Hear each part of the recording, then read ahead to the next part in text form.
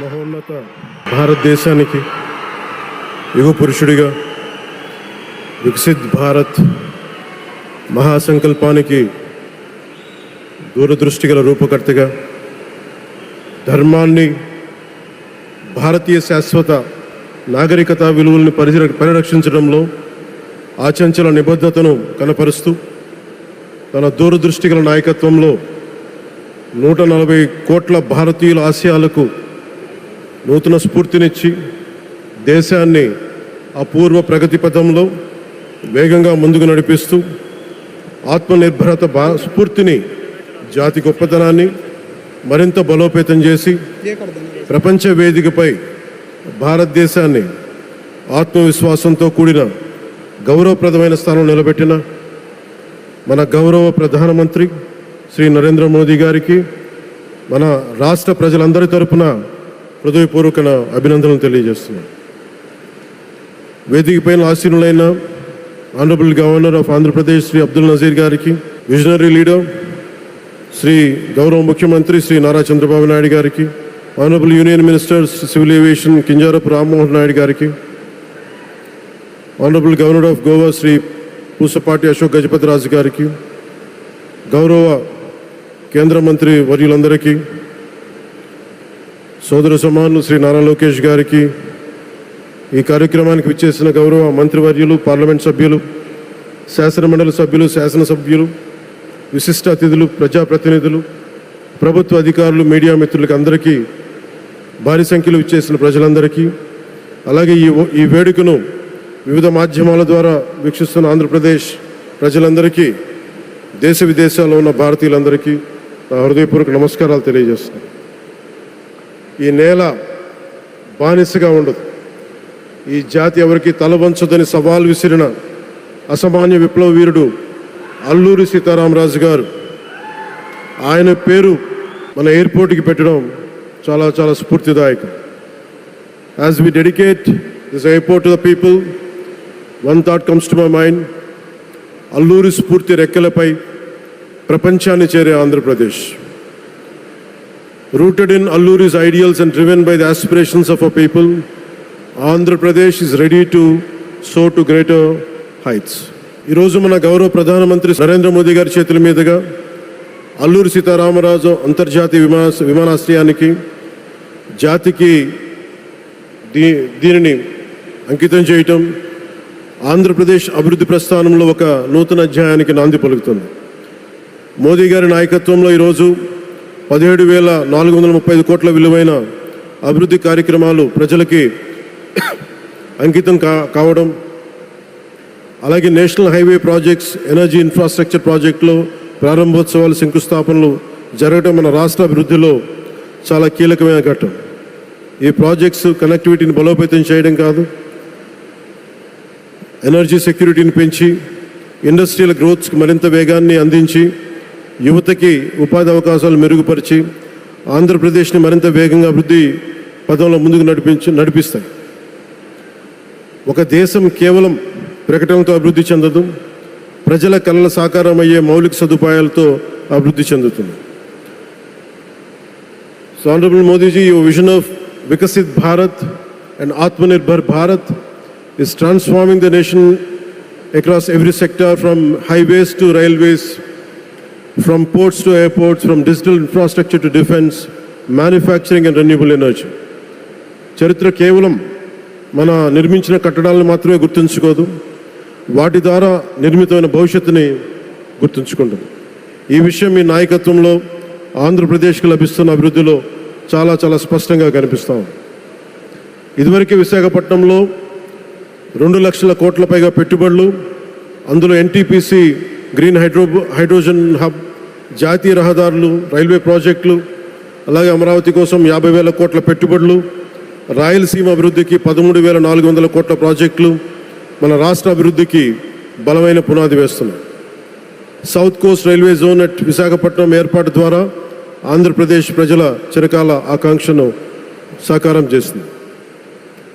ఈ కార్యక్రమాలు మరిన్ని పెట్టుబడులు ఆకర్షించడంతో పాటు ప్రత్యక్షంగా పరోక్షంగా 20 లక్షల పైగా ఉపాధి అవకాశాలను సృష్టించి స్టేట్ ఇన్ఫ్రాస్ట్రక్చర్ని మరింత బలోపేతం చేస్తూ ఆర్థికాభివృద్ధికి మరింత బలాన్ని అందిస్తున్నాయి. అలాగే గౌరవ చంద్రబాబు నాయుడు గారి నాయకత్వంలో, ఆయన మార్గదర్శకత్వంలో, వారి నాయకత్వంలో ఆంధ్రప్రదేశ్ దేశంలోని అగ్రగామి రాష్ట్రంగా అవతరిస్తూ ఉంది. ప్రత్యేకించి ఈ విమానాశ్రయానికి అల్లూరి సీతారామరాజు గారి పేరు పెట్టడం ఆ మహావీరుడికి నివాళి మాత్రమే కాదు, ఆయన ఆశయాలను, ఆయన స్ఫూర్తిని భావితరాలకు అందించే చాలా చాలా గొప్ప నిర్ణయం. జి మల్లికార్జునరావు గారు, జిఎంఆర్ అందరూ ప్రేమగా పిలుచుకున్న జిఎంఆర్ గారు, వారు దీన్ని కట్టడం శ్రీకాకుళం జిల్లా నుంచి వచ్చి, రాజాం నుంచి వచ్చి శ్రీకాకుళం వెనుకబాటుతనానికి ఆయన కృషిని ట్రస్టుల ద్వారా అందిస్తూ ఆయన నేతృత్వంలో, ఆయన నాయకత్వంలో ఎయిర్పోర్ట్ నిర్మించడం మనందరికీ చాలా చాలా గర్వకారణం. ఈ సందర్భంగా మనందరం ఒక నిర్ణయం తీసుకోవాలి. పండ్లున్న చెట్టుకే రాళ్ళు వేస్తారంటారు. కష్టపడే కుటుంబ సభ్యుడు, తండ్రి కావచ్చు, పెద్ద కొడుకు కావచ్చు, అందరూ అతని మీద పడతారు. నువ్వు ఎక్కువ కష్టపడు, ఎక్కువ తిట్లు తింటావు. అలాంటిది మనం ఎలాంటి పరిస్థితుల నుంచి వచ్చాం? భారతదేశం ఒక పరిస్థితిలో బంగారాన్ని కూడా తాకట్టు పెట్టుకునే పరిస్థితి వచ్చింది. అలాంటి పరిస్థితుల నుంచి దశాబ్దం పైనుంచి మూడోసారి ప్రధానమంత్రిగా ఆయన ఈ రోజున మన దేశాన్ని నడిపిస్తూ ఉన్నారు. అలాంటి ప్రధానమంత్రిని చాలామంది ఆయన మీద మాట్లాడుతూ ఉంటే, ఆయన్ని అనకూడని మాట్లాడుతూ ఉంటే నా గుండె కదిలించేసింది, నా కన్నీళ్ళు వచ్చినాయి, బాధ వచ్చింది. దేశం కోసం కష్టపడే వారికి ఇవా చివరికి మనం ఇచ్చేదే. కొత్త తరానికి ఏం తెలుసు? ఆయన పడ్డ కష్టం. ఒక్కరోజు కూడా సెలవు తీసుకోలేదు మన ప్రధానమంత్రి గారు. ఈరోజు పెట్టుబడులు వస్తున్నాయి మనకి, ఒక్కరోజు కూడా సెలవు తీసుకోలేదు. శత్రు దేశాలు, మన అభివృద్ధికి ఈర్ష్యపడే పశ్చిమ దేశాలు, వీటన్నిటినీ తట్టుకొని ఒకవైపు విదేశాల్లో ఉండే శత్రువులతో పోరాడాలి, దేశాన్ని అభివృద్ధి పదంలో తీసుకెళ్దామంటే అంతర్గత శత్రువులతో పోరాడాలి. అలాంటి వ్యక్తికి మనం ఇవ్వగలిగేది కేవలం మేమున్నాం, మీ వెంట, మీ మీద మాట పడితే అది మా మీద పడ్డట్టే, అదే మనం వారికి ఇవ్వాల్సింది.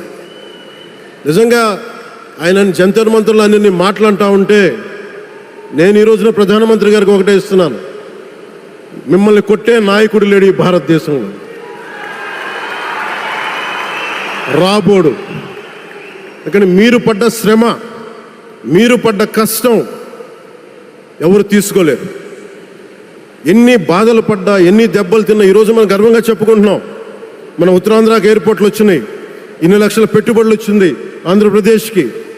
కానీ ఇవన్నీ తట్టుకొని చెయ్యాలి అంటే 144 కోట్ల తాలూకు ప్రజల ఆకాంక్షల్ని ఎంతోమంది వెనక్కి లాగుతున్నా, ఒకళ్ళు ముందుకు తీసుకెళ్లాలంటే ఎంతమంది తిడుతున్నా, విమర్శిస్తున్నా తీసుకెళ్తున్నారంటే ఒకే ఒక నాయకుడు ప్రధానమంత్రి శ్రీ నరేంద్ర మోదీ గారు. నేను ఎందుకు తపన పడ్డాను, నేను అలయన్స్ కోసం ఎందుకు తపన పడ్డాను, మీ నాయకత్వం మాకు కావాలి ఎందుకు తపన పడ్డానంటే, ఈరోజు ఎయిర్పోర్ట్ ఆపేశారు. ఒక చిన్నపాటి ఎర్ర బస్సు కూడా రాని చోట ఎయిర్పోర్ట్ అవసరం లేదన్న వ్యక్తులకి సమాధానం ఇదే. ఇన్ని వేల మందికి ఇన్ని వేల కోట్ల పెట్టుబడి వచ్చింది అంటే ఆశీస్సులు కావాలంటే దేశం కోసం నిలబడే నాయకుడికి మన అండగా ఉంటే ఏం జరుగుద్ది అంటానికే ఈ భోగాపురం ఎయిర్పోర్ట్ ఈరోజు ప్రారంభోత్సవం నిలువెత్తు నిదర్శనం. ముఖ్యంగా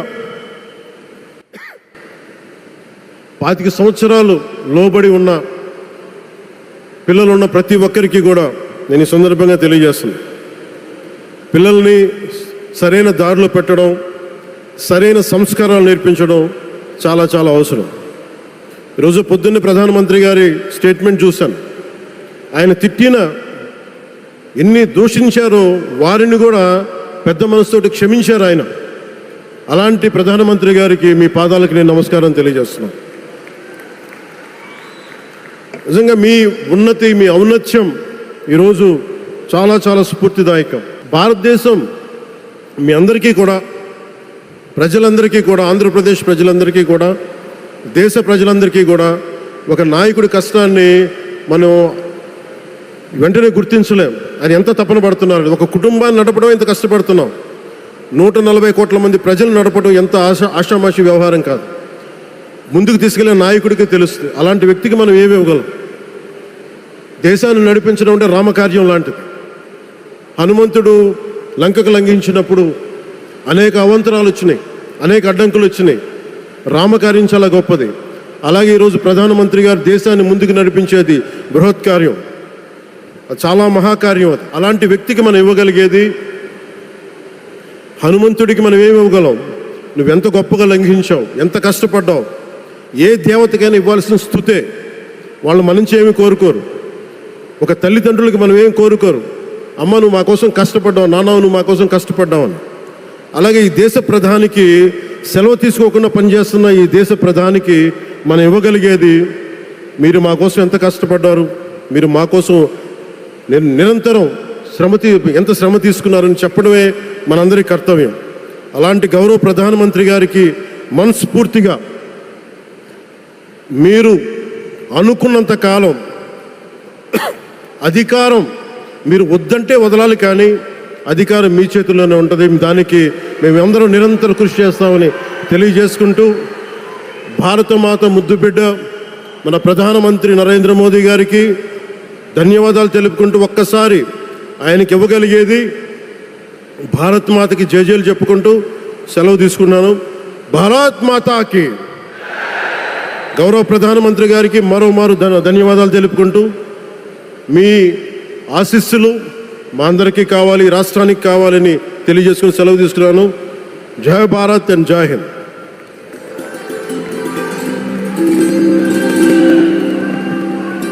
Thank you, sir. Thank you very much.